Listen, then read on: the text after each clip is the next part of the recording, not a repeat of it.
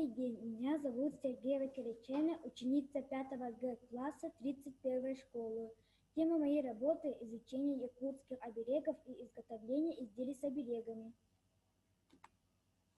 Тему работы я выбрала не случайно. Проблема заключается в том, что в наше время многие приобретают изделия с оберегами, не зная их значения. Поэтому я решила провести исследовательскую работу по данной теме, изучить обереги и научиться правильно пользоваться ими.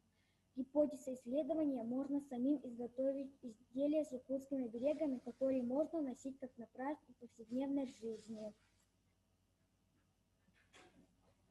Оберег – это символ защиты, по-якутски хараскал ымы. Основное понятие оберега – это хранить здоровье, приносить удачу и счастье. Чтобы больше узнать о якутских оберегах, я первым делом изучила их разновидности и составила такую таблицу. Я побывала в различных магазинах и выяснила, что в магазине «Блеск» самый богатый выбор якутских оберегов. Здесь обереги в виде картины, брелков, шкатулок и так далее. А также изучила, из каких материалов делают обереги: из золота и серебра, из бивня мамонта, из дерева и так далее. Я задала продавцам вопрос. Первый вопрос: какие якутские обереги чаще всего покупают? Ответ был: обереги 5 глаз, лучи солнца, семья, ножницы, стрела.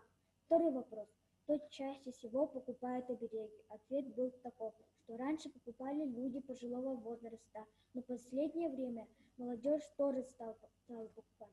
Вывод: я узнала, что обереги пользуются большим спросом у населения. Это означает, что люди верят в силу якутских оберегов.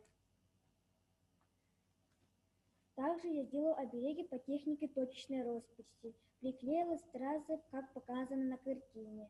У меня получились обереги: ножницы, лучи солнца и лисий нос.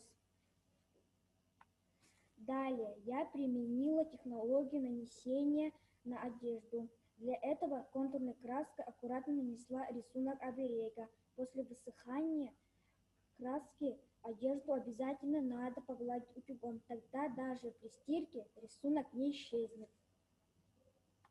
Также я сделала якутские украшения с помощью бисера. Это бастына, илинкябигер, брошь и заколка. А также пришла к выводу, что бисероплетение – это очень трудоемкий и долгий процесс, но конечный результат – это мой первый комплект якутских украшений. Я провела мастер-класс для своих одноклассников, для того, чтобы у них был свой оберег. Показала, как сделать оберег-закладку для учебников. Использовала оберег шип-шиповника, так как это оберег – символ защиты детей. В заключение, я узнала, что такое оберег, его значение и виды, и как правильно ими пользоваться. Поняла, что оберег имеет огромное значение для дополнительной защиты каждого человека. Научилась делать понравившиеся мне якутские обереги для себя и своих родных. Можно сделать вывод, что в наше время обереги не потеряли своей актуальности и все еще являются важным атрибутом любого дома.